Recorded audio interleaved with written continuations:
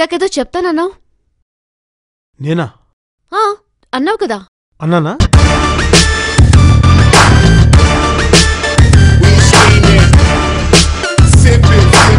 నీకు సంజయ్ నచ్చితే వెళ్ళి నువ్వు నాకు నచ్చావని చెప్పే.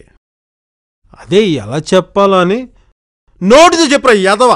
నీ చుర చుర చుర చూపులే పంచ, సల సల సల ఉప్పిరే పంచ, నర నరమున నెత్తురే పంచ, అణు అణువున సత్తువే పంచ, అది పెరగని వేగమే పంచ, అదరని వెలు ధైర్యమే పంచ, పెదవుంచున మౌనమే పంచ, పదునకు ఆలోచనే పంచ.